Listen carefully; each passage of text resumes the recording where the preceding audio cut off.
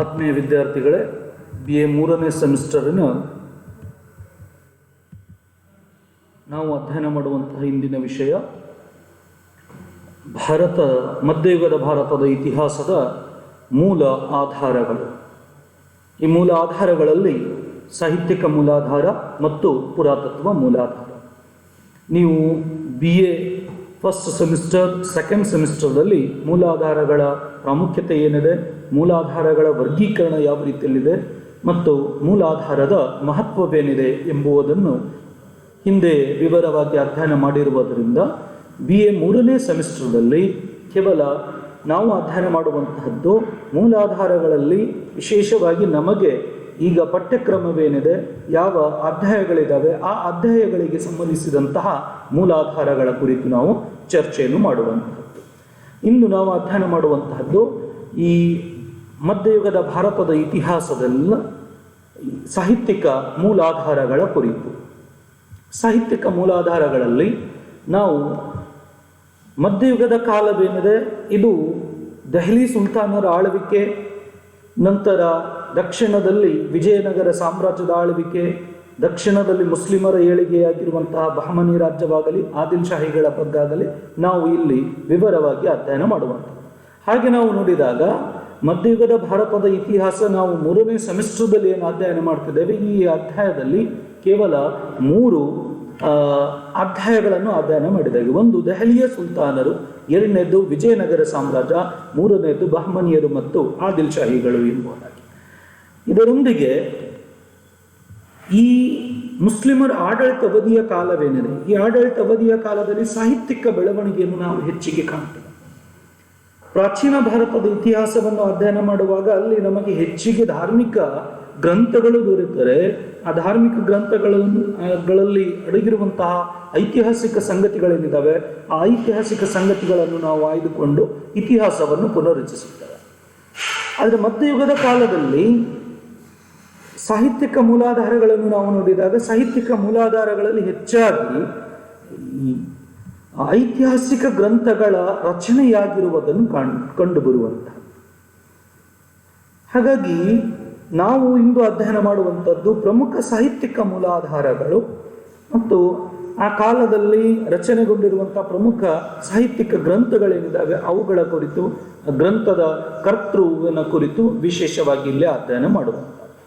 ಮೊದಲಿಗೆ ತೆಹಕೀಕ್ ಎ ಹಿಂದ್, ಅಲ್ ಬೆರೋನಿ ಈತ ಬರೆದಿರುವಂತಹ ತೆಹಕೀಕ್ ಎ ಹಿಂದ್ ಗ್ರಂಥ. ಅಲ್ ಬೆರೋನಿ ಒಬ್ಬ ಪ್ರಸಿದ್ಧ ಅರೇಬಿಕ್ ಹಾಗೂ ಪರ್ಷಿಯನ್ ವಿದ್ವಾಂಸ.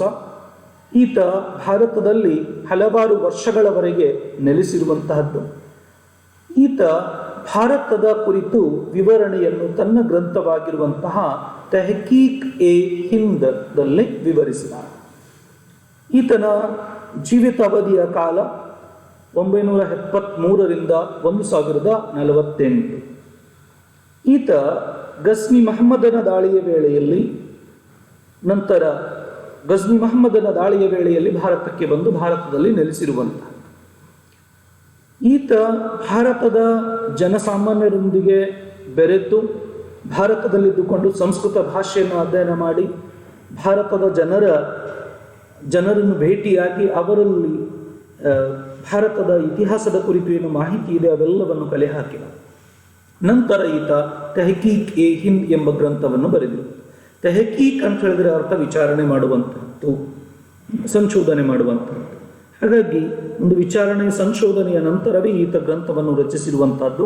ಈ ತೆಹಕೀಕ್ ಎ ಹಿಂದ್ ಗ್ರಂಥವೇನಿದೆ, ಇದು ಈ ಭಾರತದ ಕ್ರಿಸ್ತಶಕ 11ನೇ ಶತಮಾನದ ಸ್ಥಿತಿಗತಿ ಹೇಗಿತ್ತು, ಆಗಿನ ಕಾಲದ ಸಾಮಾಜಿಕ ವ್ಯವಸ್ಥೆ ಹೇಗಿತ್ತು, ರಾಜಕೀಯ ವ್ಯವಸ್ಥೆ ಹೇಗಿತ್ತು, ಆರ್ಥಿಕ ವ್ಯವಸ್ಥೆ ಹೇಗಿತ್ತು, ಭಾರತದ ಭೌಗೋಳಿಕ ಲಕ್ಷಣಗಳು ಏನಿದ್ದವು, ಇವೆಲ್ಲವುದರ ಬಗ್ಗೆ ಮಾಹಿತಿ ನಮಗೆ ಈ ಗ್ರಂಥವಾಗಿರುವಂತಹ ತೆಹಕೀಕ್ ಎ ಹಿಂದ್ ಅಲ್ ಬರೋನಿ ಬರೆದಿರುವಂತಹ ಗ್ರಂಥದ ಮೂಲಕ ದೊರೆಯುವಂತಹದ್ದು. ಎರಡನೇದಾಗಿ ತಾಜ್ ಉಲ್ ಮಾಸೀರ್, ಈ ಗ್ರಂಥವನ್ನು ಬರೆದವನು ಹಸನ್ ನಿಜಾಮಿ. ಈ ಗ್ರಂಥ ಈ ದೆಹಲಿ ಸುಲ್ತಾನರ ಆಳ್ವಿಕೆ ವಿಶೇಷವಾಗಿ 1192ರಿಂದ 1228ರವರೆಗೆ ಮಾಹಿತಿಯನ್ನು ನೀಡುವಂಥದ್ದು. ದೆಹಲಿ ಸುಲ್ತಾನರು 1192 ಎರಡನೆಯ ತರಾಯಿನ್ ಕಾಳಗದ ನಂತರ ಈ ಭಾರತದ ಭೂಭಾಗವೇನಿದೆ, ವಿಶೇಷವಾಗಿ ದೆಹಲಿ ಮತ್ತು ಅಜ್ಮೇರ್ ಇವುಗಳನ್ನು ವಶಪಡಿಸಿಕೊಂಡಿರುವಂತಹ ಮಹಮ್ಮದ್ ಗೋರಿ ಭಾರತದ ಗವರ್ನರನ್ನಾಗಿ ಕುತುಬುದ್ದೀನ್ ಐಬಕನನ್ನು ನೇಮಿಸಿರುವಂತಹದ್ದು. ಅಲ್ಲಿಂದ ಕುತುಬುದ್ದೀನ್ ಐಬಕನ ಆಳ್ವಿಕೆ, ಇಲ್ತಮಷನ ಆಳ್ವಿಕೆಯವರೆಗೆ ನೆಲೆಸಿದಂತಹ ಈ ಹಸನ್ ನಿಜಾಮಿ ತಾಜ್ ಉಲ್ ಮಾಸಿರ್ ಎಂಬ ಗ್ರಂಥವನ್ನು ಬರೆದಿರುವಂತಹದ್ದು. ಇದು ಕುತುಬುದ್ದೀನ್ ಐಬಕನ ಬಗ್ಗೆ ಮತ್ತು ಇಲ್ತಮಷನ ಆರಂಭದ ಕಾಲದ ಬಗ್ಗೆ ಮಾಹಿತಿಯನ್ನು ನೀಡುವಂತಹ ಗ್ರಂಥವಾಗಿದೆ. ಮೂರನೆಯದ್ದು ತಬ್ಕತ್ ಎ ನಾಸಿರಿ. ಇದು ಮಿನ್ಹಾಜ್ ಉಸ್ ಸಿರಾಜ್ ಬರೆದಿರುವಂತಹ ಗ್ರಂಥ. ಇದು ದೆಹಲಿ ಸುಲ್ತಾನರ ಆಳ್ವಿಕೆ ಆರಂಭದಿಂದ 1260ರವರೆಗಿನ ಮಾಹಿತಿಯನ್ನು ನೀಡುವಂತಹ ಗ್ರಂಥವಾಗಿದೆ. 1206ರಲ್ಲಿ ದೆಹಲಿ ಸುಲ್ತಾನರ ಆಳ್ವಿಕೆಯ ಆರಂಭವನ್ನು ನಾವು ಕಾಣುತ್ತೇವೆ. 1206ರಿಂದ 1260ರವರೆಗಿನ ಐತಿಹಾಸಿಕ ಸಂಗತಿಗಳೇನಿದ್ದಾವೆ, ಐತಿಹಾಸಿಕ ಘಟನೆಗಳೇನಿದ್ದಾವೆ, ಇವುಗಳ ಬಗ್ಗೆ ಮಾಹಿತಿ ನಮಗೆ ಈ ಸಿರಾಜನ ಗ್ರಂಥದಲ್ಲಿ ದೊರೆಯುವಂತಹದ್ದು. ನೆಕ್ಸ್ಟ್ ತಾರೀಖ್ ಎ ಫಿರೋಜ್ ಶಾಹಿ ಝೈನುದ್ದೀನ್ ಬರಣಿ ಜಿಯಾವುದ್ದೀನ್ ಬರಣಿ ಬರೆದಿರುವಂತಹ ತಾರೀಖ್ ಎ ಫಿರೋಜ್ ಶಾಹಿ, ಫಿರೋಜ್ ಶಾ ತುಘಲಕ್ಕನ ಬಗ್ಗೆ ರಚನೆಯಾಗಿರುವಂತಹ ಗ್ರಂಥ.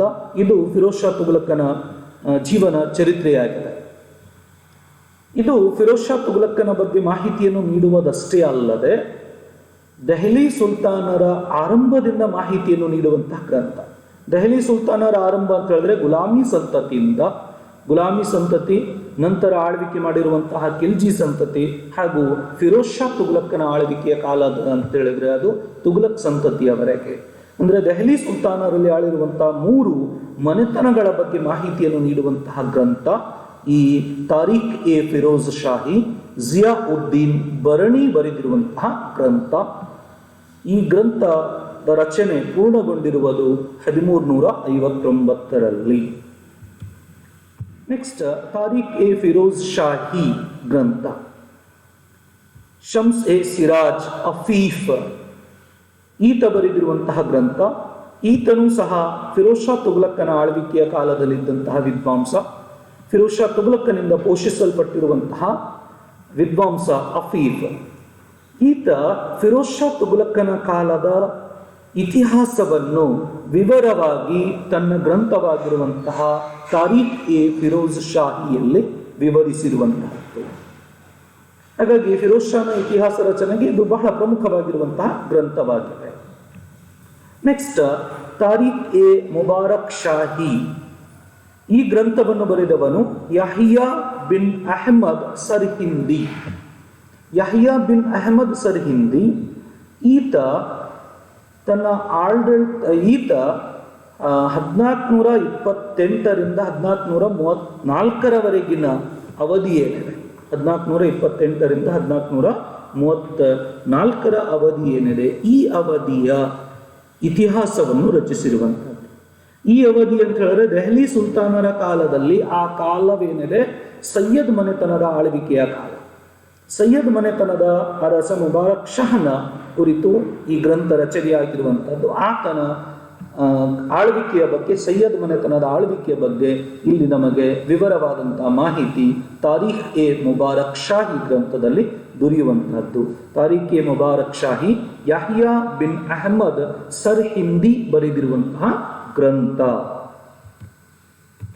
ನೆಕ್ಸ್ಟ್ ದೆಹಲಿ ಸುಲ್ತಾನರ ಆಳ್ವಿಕೆಯ ಕಾಲದ ಒಬ್ಬ ಪ್ರಸಿದ್ಧವಾದಂತಹ ಪರ್ಷಿಯನ್ ಬರಹಗಾರ, ವಿದ್ವಾಂಸ, ಮಹಾನ್ ಲೇಖಕ ಅಮೀರ್ ಖುಸ್ರು. ಈತ 1252ರಿಂದ 1325ರವರೆಗೆ ಜೀವಿಸಿದವನು. ಬಹಳ ಸುದೀರ್ಘ ಅವಧಿಯವರೆಗೆ ಈತನ ಜೀವನದ ಅವಧಿ. ಈತ ಈ ದೆಹಲಿ ಸುಲ್ತಾನರ ಕಾಲದಲ್ಲಿ ಆಳಿದಂತಹ ಬಹಳಷ್ಟು ಅರಸರ ಆಳ್ವಿಕೆಯನ್ನು ಕಂಡ. ಗುಲಾಮಿ ಸಂತತಿಯ ಗಿಯಾಸುದ್ದೀನ್ ಬಲ್ಬನ್ನನ ಆಡಳಿತಾವಧಿಯನ್ನು ಕಂಡಂತಹ ಅಮೀರ್ ಖುಸ್ರೋ, ಬಲ್ಬನನ ನಂತರದ ಖಿಲ್ಜಿ ಮನೆತನದ ಜಲಾಲುದ್ದೀನ್ ಖಿಲ್ಜಿ ಆಗಲಿ, ಅಲಾವುದ್ದೀನ್ ಖಿಲ್ಜಿ ಆಗಲಿ, ಅಲಾವುದ್ದೀನ್ ಖಿಲ್ಜಿಯ ಉತ್ತರಾಧಿಕಾರಿಗಳ ಆಳ್ವಿಕೆ ನಂತರ, ಖಿಲ್ಜಿ ಮನೆತನದ ನಂತರ ಆಳ್ವಿಕೆಗೆ ಬಂದಿರುವಂತಹ ತುಘಲಕ್ ಮನೆತನದ ಆಳ್ವಿಕೆಯ ಸ್ಥಾಪಕವೇನಿದ್ದಾನೆ, ಘಿಯಾಸುದ್ದೀನ್ ತುಘಲಕ್ಕನವರೆಗಿನ ಆಡಳಿತವನ್ನು ಕಂಡಂತಹ ವ್ಯಕ್ತಿ ಯಾರು ಅಂದ್ರೆ ಆತ ಅಮೀರ್ ಖುಸ್ರು. ಈತ ಬಹಳಷ್ಟು ಗ್ರಂಥಗಳನ್ನು ಬರೆದಿರುವಂತಹದ್ದು. ಅವುಗಳಲ್ಲಿ ಕೆಲವು ಪ್ರಮುಖವಾಗಿರುವಂತಹದ್ದು ಖಜೈನ್ ಉಲ್ ಫುತುಹ್, ನುಹ್ ಸಿಫರ್, ಮಿಫ್ತಾ ಉಲ್ ಫುತುಹ್, ಖೈರನ್ ಉಸ್ ಸದೈನ್ ಮತ್ತು ತುಘಲಕ್ ನಾಮ. ಇವು ಕೆಲವು ಪ್ರಮುಖವಾಗಿರುವಂತಹ ಅಮೀರ್ ಖುಸ್ರುವಿನ ಕೃತಿಗಳು. ಅಷ್ಟೇ ಅಲ್ಲ, ಬಹಳಷ್ಟು ಕವನಗಳ ರಚನೆಯಾಗಲಿ, ಪರ್ಷಿಯನ್ ಸಾಹಿತ್ಯದ ರಚನೆ ಮಾಡಿರುವಂತಹ ಒಬ್ಬ ಆ ಕಾಲದ ಬಹಳ ಪ್ರಸಿದ್ಧವಾದಂತಹ ವಿದ್ವಾಂಸ ಅಮೀರ್ ಖುಸ್ರು. ಈತನ ಈ ಗ್ರಂಥಗಳಲ್ಲಿ ಗುಲಾಮಿ ಸಂತತಿ, ಖಿಲ್ಜಿ ಸಂತತಿ ಮತ್ತು ತುಘಲಕ್ ಸಂತತಿಯ ಆರಂಭದ ಅವಧಿ ಏನಿದೆ ಅಲ್ಲಿಯವರೆಗಿನ ಸಾಮಾಜಿಕ, ಆರ್ಥಿಕ, ಧಾರ್ಮಿಕ, ನಂತರ ರಾಜಕೀಯ ಚಟುವಟಿಕೆಗಳೇನಿದ್ದಾವೆ ಇವುಗಳ ಬಗ್ಗೆ ಮಾಹಿತಿ ನಮಗೆ ದೊರೆಯುವಂತಹದ್ದು. ನೆಕ್ಸ್ಟ್ ಕಿತಾಬ್ ಉಲ್ ರಹ್ಲಾ, ಇಬನ್ ಬಟೂಟಾ. ಇಬನ್ ಬಟೂಟ ಬರೆದಿರುವಂತಹ ಕಿತಾಬ್ ಉರ್ ರಹ್ಲಾ ಇದು ಒಂದು ಪ್ರವಾಸ ಕಥನ. ಅಂದ ಹಾಗೆ ಮೋರಿಸ್ ಒಬ್ಬ ಯಾತ್ರಿಕನಾದಂತಹ ಇಬನ್ ಬಟೂಟ ಭಾರತದಲ್ಲಿ ಸುಮಾರು 14 ವರ್ಷಗಳವರೆಗೆ ನೆಲೆಸಿರುವಂತಹದ್ದು. ಕ್ರಿಸ್ತಶಕ 1333ರಿಂದ ಆತ ಭಾರತದಲ್ಲಿ ನೆಲೆಸಿದ. ಈತ ಮೊಹಮ್ಮದ್ ಬಿನ್ ತುಘಲಕ್ಕನ ಆಡಳಿತಾವಧಿಯಲ್ಲಿ ಆತನ ಆಸ್ಥಾನದಲ್ಲಿ ಒಬ್ಬ ನ್ಯಾಯಾಧೀಶನಾಗಿ, ಕಾಜಿಯಾಗಿ ಸೇವೆಯನ್ನು ಸಲ್ಲಿಸಿದ. ಇದರೊಂದಿಗೆ ಮೊಹಮ್ಮದ್ ಬಿನ್ ತುಘಲಕ್ ಈತನಿಗೆ ಚೀನಾದ ರಾಯಭಾರಿಯಾಗಿ ಕಳುಹಿಸಿರುವಂಥದ್ದು, ಚೀನಾಕ್ಕೆ ತನ್ನ ರಾಯಭಾರಿಯಾಗಿ ಕಳುಹಿಸಿರುವಂಥದ್ದು. ಹಾಗಾಗಿ ಇಬನ್ ಬಟೂಟ ಭಾರತದಿಂದ ವಿದೇಶಕ್ಕೆ ಹೋದಂತಹ ಮೊದಲ ರಾಯಭಾರಿ. ಭಾರತದಿಂದ ವಿದೇಶಕ್ಕೆ ರಾಯಭಾರಿಯಾಗಿ ಹೋದವನು ಮೊದಲಿಗ ಯಾರು ಅಂತ ಹೇಳಿದ್ರೆ ಅದು ಆತ ಇಬನ್ ಬಟೂಟ. ಕಳುಹಿಸಿದವನು ಮೊಹಮ್ಮದ್ ಬಿನ್ ತುಘಲಕ್. ಈತನ ಗ್ರಂಥವಾಗಿರುವಂತಹ ಕಿತಾಬ್ ಉರ್ ರಹ್ಲಾ ಏನಿದೆ ಇದು ಮೊಹಮ್ಮದ್ ಬಿನ್ ತುಘಲಕ್ಕನ ಕಾಲ, ಮೊಹಮ್ಮದ್ ಬಿನ್ ತುಘಲಕ್ಕನ ಸಮಕಾಲೀನ ಸಾಮಾಜಿಕ, ಆರ್ಥಿಕ, ಸೈನಿಕ ವ್ಯವಸ್ಥೆ ಹೇಗಿತ್ತು, ನಂತರ ಭಾರತದ ಆಗಿನ ಭೌಗೋಳಿಕ ಲಕ್ಷಣಗಳು ಏನಿದ್ದವು ಇವುಗಳ ಬಗ್ಗೆ ಮಾಹಿತಿ ನಮಗೆ ದೊರೆಯುವಂಥದ್ದು. ಇಬನ್ ಬಟೂಟನ ಗ್ರಂಥದಿಂದ ನಮಗೆ ಹೆಚ್ಚಾಗಿ ಈ ಮೊಹಮ್ಮದ್ ಬಿನ್ ತುಘಲಕ್ಕನ ಬಗ್ಗೆ ಬಹಳಷ್ಟು ಮಾಹಿತಿ ದೊರೆಯುವಂಥದ್ದನ್ನು ನಾವು ನೋಡ್ತೇವೆ. ನೆಕ್ಸ್ಟ್ ಫುತುಹತ್ ಎ ಫಿರೋಜ್ ಶಾಹಿ. ಫುತುಹತ್ ಎ ಫಿರೋಜ್ ಶಾಹಿ, ಫಿರೋಜ್ ಶಾ ತುಘಲಕ್ ರಚಿಸಿರುವಂತಹ ಗ್ರಂಥ. ಇದು ಒಂದು ಚಿಕ್ಕ ಕೃತಿ, ಕೇವಲ 32 ಪುಟಗಳನ್ನು ಒಳಗೊಂಡಿರುವಂತಹ ಕೃತಿಯಾಗಿದೆ. ಮೊಹಮ್ಮದ್ ಬಿನ್ ತುಘಲಕ್ಕನ ನಂತರ ಆಳ್ವಿಕೆಗೆ ಬಂದಿರುವಂತಹ ಫಿರೋಜ್ ಶಾ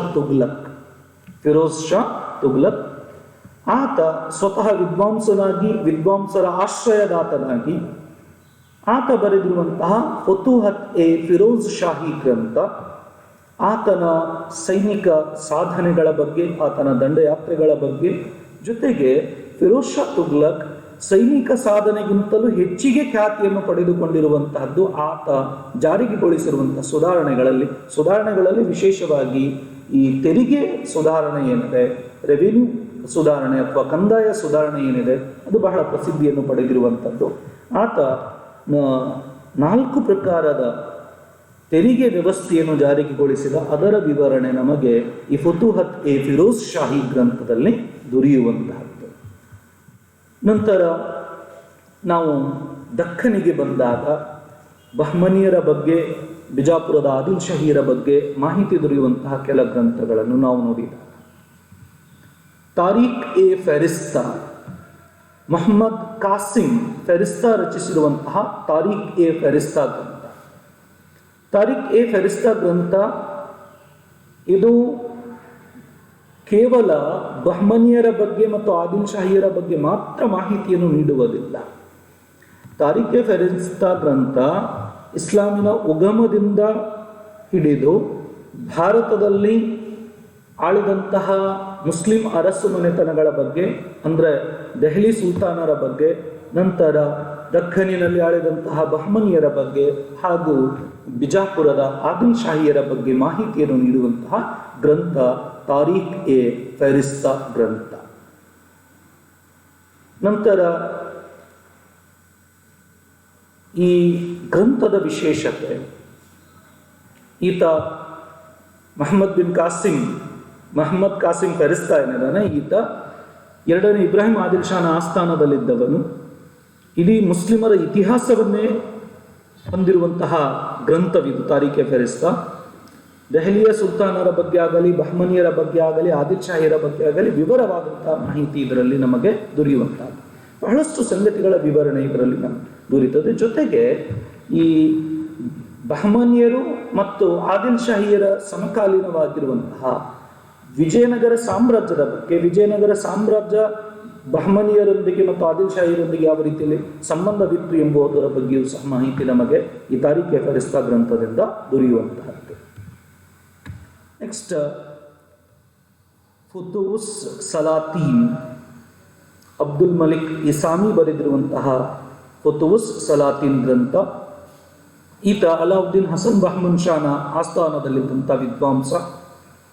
ಈತನ ಈ ಗ್ರಂಥ ಬಹ್ಮನಿ ಸುಲ್ತಾನರ ಬಗ್ಗೆ ಮಾಹಿತಿಯನ್ನು ನೀಡುವುದರೊಂದಿಗೆ ಈ ದೆಹಲಿ ಸುಲ್ತಾನರ ಬಗ್ಗೆ, ಅದಕ್ಕಿಂತ ಹಿಂದೆ ನಾವು ಹೋದರೆ ಮಹಮ್ಮದ್ ಗಜ್ನಿಯ ದಾಳಿಯಿಂದ ಹಿಡಿದು ದೆಹಲಿ ಸುಲ್ತಾನರ ಆಳ್ವಿಕೆಯ ಬಗ್ಗೆ ಮತ್ತು ವಿಶೇಷವಾಗಿ ಈ ಬಹ್ಮನಿ ರಾಜ್ಯದ ಸ್ಥಾಪನೆಯ ಬಗ್ಗೆ ಮಾಹಿತಿ ನೀಡುವಂತಹ ಗ್ರಂಥ ಫುತೂಸ್ ಸಲಾತೀನ್, ಅಬ್ದುಲ್ ಮಲಿಕ್ ಇಸಾಮಿ ಬರೆದಿರುವಂತಹ ಗ್ರಂಥ. ನಂತರ ಬಹ್ಮನಿಯರಲ್ಲಿ ಒಬ್ಬ ಮಂತ್ರಿಯಾಗಿ, ಒಬ್ಬ ಮಹಾನ್ ಯೋಧನಾಗಿ, ವಿದ್ವಾಂಸನಾಗಿ, ಶಿಕ್ಷಣ ಪ್ರೇಮಿಯಾಗಿದ್ದಂತಹ ಮಹಮ್ಮದ್ ಗವಾನ್, ಈತ ಸ್ವತಃ ವಿದ್ವಾಂಸರ ಆಶ್ರಯದಾತ, ಶಿಕ್ಷಣ ಪ್ರೇಮಿ. ಬೀದರಿನಲ್ಲಿ ಮದರ್ಸಾವನ್ನು ಸ್ಥಾಪಿಸಿದನು. ಮದರ್ಸಾ ಅಂದರೆ ಕಾಲೇಜ್, ಮಹಾವಿದ್ಯಾಲಯವನ್ನು ಸ್ಥಾಪಿಸಿದ.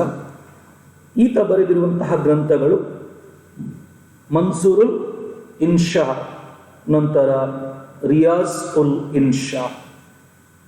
ಇನ್ನೊಂದು ಗ್ರಂಥ ದಿವಾನ್ ಎ ಅಸ್ರ್ ಎಂಬುವ ಗ್ರಂಥ ಈತ ಬರೆದಿರುವಂಥ. ಬಹ್ಮನಿಯರ ಕಾಲದ ಪ್ರಸಿದ್ಧ ಸೂಫಿ ಸಂತರಾಗಿರುವಂಥ ಖ್ವಾಜಾ ಬಂದೆ ನವಾಜ್ ಅವರ ದರ್ಗಾವನ್ನು ನಾವು ಗುಲ್ಬರ್ಗಾದಲ್ಲಿ ಕಾಣ್ತೇವೆ. ದಖ್ಖನಿನ ಪ್ರಸಿದ್ಧ ಸೂಫಿ ಸಂತರು. ಇವರು ಸಹ ಒಬ್ಬ ಮಹಾನ್ ವಿದ್ವಾಂಸರು. ತಮ್ಮ ಜೀವಮಾನದಲ್ಲಿ ಇವರು 105 ಗ್ರಂಥಗಳನ್ನು ಬರೆದಿರುವಂತಹದ್ದು. ಅದರಲ್ಲಿ ಪ್ರಸಿದ್ಧವಾಗಿರುವಂತಹ ಶಿಖರ್ನಾಮ, ಮಿರಾಜಿಲ್ ಆಖಿರ್ ಎಂಬ ಗ್ರಂಥಗಳು ಪ್ರಸಿದ್ಧವಾಗಿರುವಂತಹ ಗ್ರಂಥಗಳಾಗಿವೆ. ಬಿಜಾಪುರದ ಆದಿಲ್ ಶಾಹಿಯರಲ್ಲಿ ಪ್ರಸಿದ್ಧವಾಗಿರುವಂತಹ ರಸ ಎರಡನೇ ಇಬ್ರಾಹಿಂ ಆದಿಲ್ ಶಾ ಒಬ್ಬ ವಿದ್ವಾಂಸ, ಸಂಗೀತ ಪ್ರೇಮಿ ಮತ್ತು ಸಂಗೀತದ ಕೃತಿ ಆತ ರಚಿಸಿರುವಂತಹದ್ದು ಕಿತಾಬ್ ಎ ನವರಸ್ ಎಂಬುವುದು. ಕಿತಾಬ್ ಎ ನವರಸ್ ಇದು 57 ಸ್ಟಾನ್ಜಾಗಳನ್ನು ಒಳಗೊಂಡಿರುವಂಥದ್ದು ಮತ್ತು 17 ಕಪ್ಲೆಟ್ಸ್ಗಳನ್ನು ಒಳಗೊಂಡಿರುವಂತಹ ಕೃತಿ. ಬಹಳ ಪ್ರಸಿದ್ಧವಾಗಿರುವಂತಹ ಕೃತಿಯಾಗಿರುವಂತಹದ್ದು ಮತ್ತು ಇದು ಸಂಪೂರ್ಣವಾಗಿ ಸಂಗೀತದ ಬಗ್ಗೆ ಇರುವಂತಹ ಕೃತಿ. ಈ ಕೃತಿ ಎರಡನೇ ಇಬ್ರಾಹಿಂ ಆದಿಲ್ ಶಾ ರಚಿಸಿರುವಂಥ ಕೃತಿ ಏನಿದೆ, ಇದು ವಿಶೇಷತೆ ಅಂದರೆ ಸರಸ್ವತಿಯ ಶ್ಲೋಕಗಳೊಂದಿಗೆ, ಸರಸ್ವತಿಯನ್ನು ಹೊಗಳುವುದರೊಂದಿಗೆ ಆರಂಭಗೊಂಡಿರುವಂತಹ ಕೃತಿ ಈ ಕಿತಾಬ್ ಎ ನವರಸ್. ನಂತರ ಬಸಾತೆ ಸಲಾತೀನ್, ಮೊಹಮ್ಮದ್ ಇಬ್ರಾಹಿಂ ಜುಬೇರಿ ಬರೆದಿರುವಂತಹ ಬಸಾತೆ ಸಲಾತೀನ್. ಇದು ಬಿಜಾಪುರದ ಆದಿಲ್ ಶಾಹಿಯರ ಬಗ್ಗೆ ಅವರ ಪೂರ್ಣ ಇತಿಹಾಸವನ್ನು ಒಳಗೊಂಡಿರುವಂತಹ ಗ್ರಂಥ ಬಸಾತೆ ಸಲಾತೀನ್. ಇದು ಬಹಮನಿಯರು ಮತ್ತು ಆದಿಲ್ ಶಾಹಿರಿಗೆ ಸಂಬಂಧಿಸಿದಂಥ ಗ್ರಂಥಗಳಾದರೆ, ವಿಜಯನಗರ ಸಾಮ್ರಾಜ್ಯಕ್ಕೆ ನಾವು ಬಂದಾಗ ವಿಜಯನಗರ ಸಾಮ್ರಾಜ್ಯದ ಕಾಲ, ಸಾಹಿತ್ಯದ ಬೆಳವಣಿಗೆಯ ಕಾಲ, ಸಾಹಿತ್ಯ, ಅದರಲ್ಲಿ ವಿಶೇಷವಾಗಿ ಕನ್ನಡ ಸಾಹಿತ್ಯವಾಗಲಿ, ಸಂಸ್ಕೃತ ಸಾಹಿತ್ಯವಾಗಲಿ, ತೆಲುಗು ಸಾಹಿತ್ಯ, ತಮಿಳು ಸಾಹಿತ್ಯ, ಎಲ್ಲ ಸಾಹಿತ್ಯದ ಅಭಿವೃದ್ಧಿ ವಿಜಯನಗರ ಸಾಮ್ರಾಜ್ಯದ ಕಾಲದಲ್ಲಿ ಆಗಿರುವುದನ್ನು ನಾವು ಕಾಣ್ತೇವೆ. ವಿಜಯನಗರ ಸಾಮ್ರಾಜ್ಯದ ಕಾಲದಲ್ಲಿ ಬಹಳಷ್ಟು ಗ್ರಂಥಗಳ ರಚನೆಯಾಗಿರುವ ಗಂಗಾದೇವಿ ರಚಿಸಿರುವಂತಹ ಮಧುರಾ ವಿಜಯಂ ಅಥವಾ ಕುಮಾರ ಕಂಪಣರಾಯ ವಿಜಯಂ ಎಂಬ ಗ್ರಂಥ, 1ನೇ ಭುಕ್ತರಾಯನ ಸೊಸೆ ಕುಮಾರ ಕಂಪಣನ ಪತ್ನಿಯಾಗಿರುವಂತಹ ಗಂಗಾದೇವಿ, ಕುಮಾರ ಕಂಪಣ ಮಧುರೈ ಸುಲ್ತಾನರ ವಿರುದ್ಧ ಹೋರಾಡಿರುವಂತಹ ಆತನ ವಿಜಯದ ಗಾಥೆಯನ್ನು ಒಳಗೊಂಡಿರುವಂತಹ ಮಧುರಾ ವಿಜಯಂ ಎಂಬ ಗ್ರಂಥ. ನಂತರ ಕೃಷ್ಣದೇವರಾಯ ಸ್ವತಃ ವಿದ್ವಾಂಸನಾಗಿದ್ದವನು, ವಿಜಯನಗರ ಸಾಮ್ರಾಜ್ಯದ ಶ್ರೇಷ್ಠ ಅರಸ, ಆತ ರಚಿಸಿರುವಂತಹ ಅಮುಕ್ತ ಮಾಲ್ಯದ ಆಗಲಿ, ಜಾಮವಂತಿ ಕಲ್ಯಾಣ ಎಂಬ ಗ್ರಂಥವಾಗಲಿ, ಅಲ್ಲಾಸಾನಿ ಪದ್ದಣ್ಣ ರಚಿಸಿರುವಂತಹ ಮನು ಚರಿತಂ ಎಂಬ ಗ್ರಂಥ, ರಾಜನಾಥ ದಿಂಡಿಮ ರಚಿಸಿರುವಂತಹ ಸಾಳ್ವಾ ಬುದಯಂ ಎಂಬ ಗ್ರಂಥ, ಹೀಗೆ ಹಲವಾರು ಗ್ರಂಥಗಳು ಈ ವಿಜಯನಗರ ಸಾಮ್ರಾಜ್ಯದ ಕಾಲದಲ್ಲಿ ರಚನೆಗೊಂಡಿರುವುದನ್ನು ನಾವು ಕಾಣ್ತೇವೆ.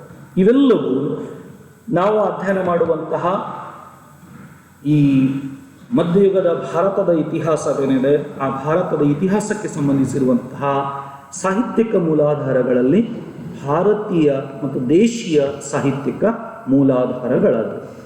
Thank you.